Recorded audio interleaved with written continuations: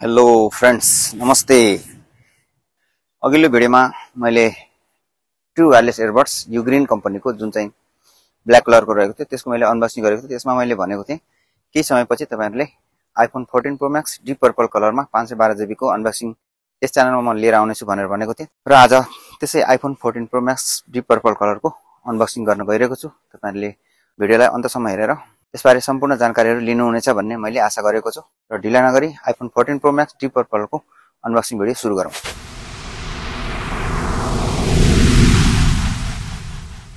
नमस्कार, म हुँ राम कुमार। तपाई हेर्दै हुनुहुन्छ टेक्नोलोजी सम्बन्धी जानकारी दिने YouTube च्यानल आर्किटेक्ट जापान। यस च्यानलमा केही ग्याजेटहरुको अनबक्सिङ, ती ग्याजेटहरुलाई कसरी प्रयोग गर्न सकिन्छ भन्ने बारेको रिभ्यु भिडियो, केही महत्त्वपूर्ण एप्लिकेसनहरुको ट्युटोरियल र iOS सफ्टवेयर सम्बन्धी अपडेटको भिडियो हेर्न सक्नुहुन्छ।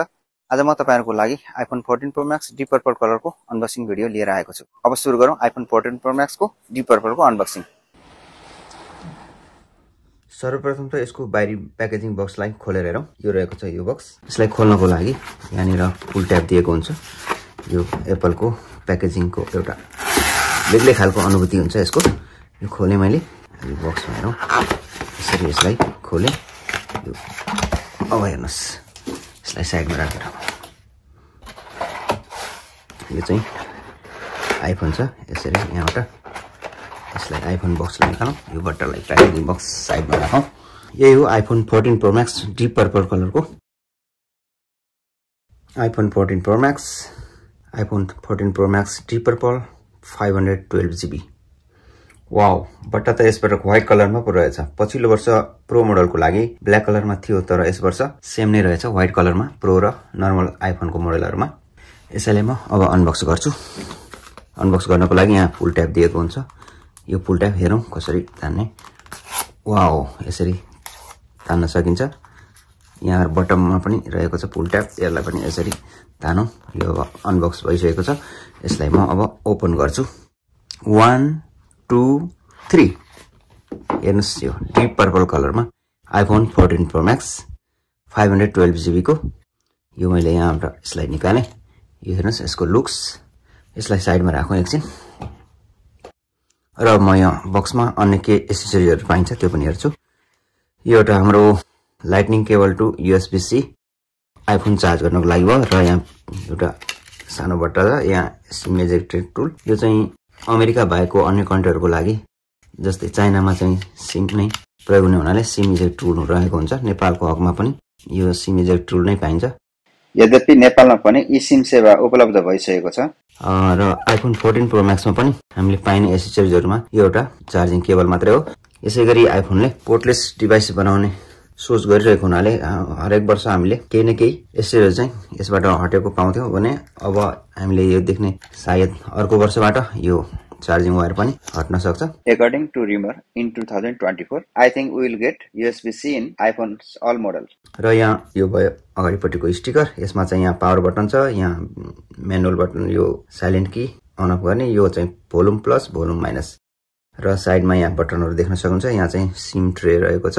ब्याक साइडमा ट्रिपल क्यामेरा सेटअप, यो भयो फ्ल्याश लाइट, यहाँ ल्याडर स्क्यानर र यो माइक्रोफोनको सानो होल रहेको छ।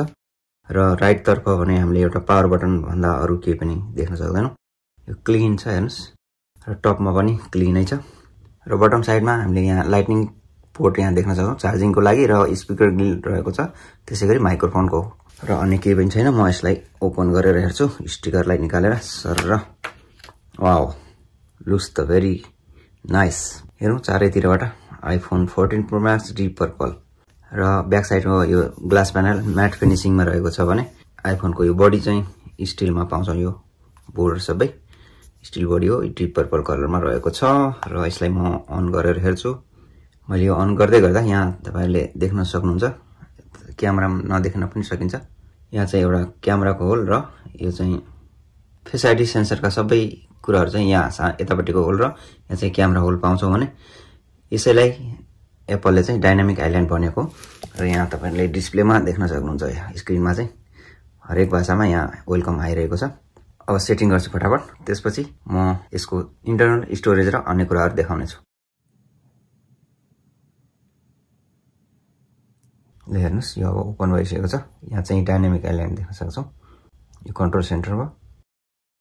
यसको म पहिला चाहिँ स्टोरेज नै देखाउँछु।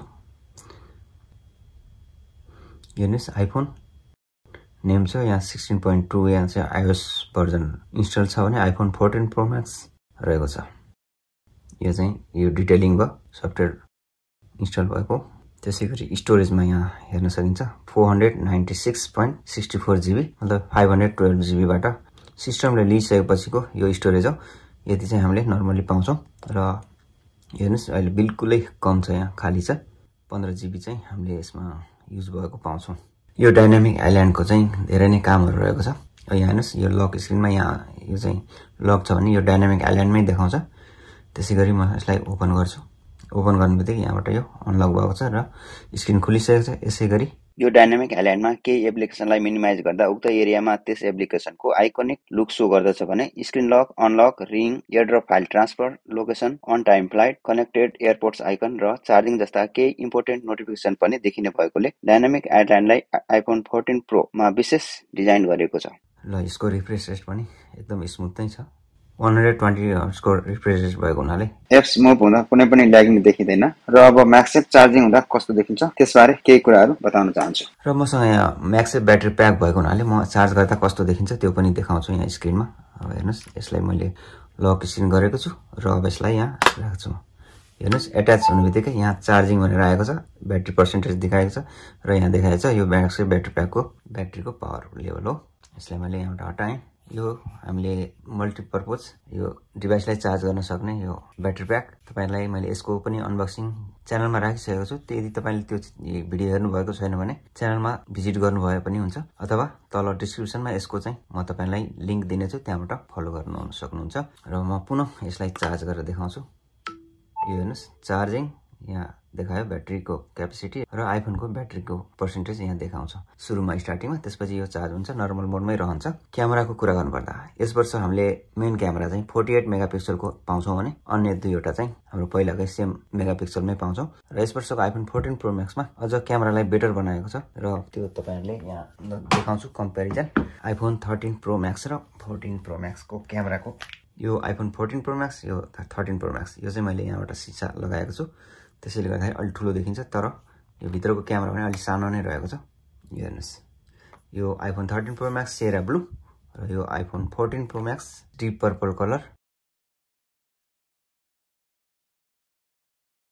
र यो थियो मेरो iPhone 14 Pro Max deep purple colour unboxing experience तपाईहरुसँग मैले शेयर गरे। एक्सपिरियन्स शेयर गरिरहँदा यसको क्यामेरा बारे केही जानकारी शेयर गर्न चाहन्छु। आइफोन 14 प्रो सिरिजका मोडलमा यस वर्षबाट मेन क्यामेरा 48 मेगापिक्सलको 48 mm साइजमा पाइने छ भने अन्य क्यामेरा 12 मेगापिक्सलकै रहनेछ। यसको अपर्चरमा मेन क्यामेराको 1.78 अपर्चर, टेलिफोटोको 2.8 अपर्चर, अल्ट्रा वाइडको 2.2 अपर्चर रहेको छ। त्यसैगरी अन्य जानकारीमा यो आइफोन 14 प्रो 4वटा कलर भेरिएन्ट र 2वटा साइज 6.1 इन्च र 6.7 इन्चमा उपलब्ध छ भने storage capacity 128 GB, 256 GB, 512 GB र 1 टेराबाइट को रहेको छ। स्टोरेज पछि यसको मूल्य पनि थाहा पाइराख्नुहोस्। आइफोन 14 प्रो म्याक्स अमेरिकामा 128 GB को $1099, 256 GB को $1199, 512 GB को $1399, 1 टेराबाइट को $1599 प्लस यसमा ट्याक्स जोडिनेछ। जापानमा आइफोन 14 प्रो म्याक्स को 128 GB को 1,64,800, 256 GB को 1,79,800, 512 GB को 2,09,800, 1 टेराबाइट को 2,39,800 जापानी येन पर्दछ। यो ट्याक्स सहितको मूल्य हो। अब भारतमा यसको मूल्य 128 GB को 1,39,900, 256 GB को 1,49,900, 512 GB को 1,69,900 र 1 टेराबाइट को 1,89,900 भारतीय रुपियाँमा पर्दछ। यो मूल्यमा भारत सरकारको ट्याक्स जोडिएको छ। र साथीहरु स्टोरेज क्यापेसिटी र यसको प्राइस पछि अब यसको ब्याट्री क्यापेसिटीको कुरा गरौँ। त्यसो त एप्पलले कुनै पनि आइफोनको ब्याट्री क्यापेसिटी कति मिली एम्पियर को हुन्छ भन्ने कुरा कहिले पनि बताउने गरेको छैन, तर पनि कति घण्टा टिक्छ भन्ने कुरा अडियो भिडियो र स्ट्रिममा बताउने गरेको छ। Video playback up to 29 hours, video streamed up to 25 hours र audio playback up to 95 hours जति रहनेछ भने यसको ब्याट्री 0 to 50% चार्ज केवल 35 मिनेटमा 20 वाटको चार्जरले चार्ज गर्न सक्दछ। आइफोन 14 प्रो म्याक्सको केही जानकारीहरू आजलाई यति नै। फ्रेन्ड्स, यतिन्जेल तपाईहरुले हेर्नुभयो आइफोन 14 प्रो म्याक्स डी पर्पलको 512 GB को अनबक्सिङ भिडियो। भिडियो कस्तो लाग्यो मन परेमा लाइक गरिदिनु होला र अन्य साथीहरुलाई पनि भिडियोको लिंक शेयर गरिदिनु होला र तपाई यो भिडियो पहिलो पटक यस च्यानलमा हेर्दै हुनुहुन्छ भने च्यानललाई सब्स्क्राइब गर्न नभुल्नु होला र आगामी दिनमा आउने नोटिफिकेसन प्राप्त गर्नको लागि बेल आइकनलाई बज गर्नु होला। यति भन्दै यस भिडियोबाट म भने बिदा चाहन्छु। जाँदा जाँदै तपाईहरुलाई मेरो एउटा अर्को युट्युब च्यानल छ जुन चाहिँ जापानको के ब्युटिफुल प्लेसहरुको चाहिँ ब्लगिङ गरेको छु। ब्लगिङ भिडियोहरु चाहिँ मैले त्यस च्यानलमा अपलोड गरेको छु। उक्त च्यानलको बारेमा म केही जानकारीहरु दिन चाहन्छु। तपाईहरु जापानमा हुनुहुन्छ र जापानको केही ब्युटिफुल प्लेसहरुमा घुम्न जान चाहनुहुन्छ भने मेरो यो च्यानललाई फलो गरेर तपाईहरुले त्यस सम्बन्धी जानकारी लिएर त्यहाँ जान सक्नुहुन्छ। मेरो च्यानलको नाम रहेछ आरके ब्लग जापान। हस् त, यो जानकारीका साथै आजलाई यो भिडियोबाट म भने बिदा चाहन्छु। आगामी दिनमा यस्तै एप्पल प्रोडक्ट र अन्य केही एसेसरिजको अनबक्सिङ म लिएर आउने नै छु। त्यसको जानकारी तपाईहरुले पाउनु नै हुनेछ नोटिफिकेसन मार्फत। हस् त, तपाईहरुको दिन शुभ रहोस्। Have a nice day. Bye bye.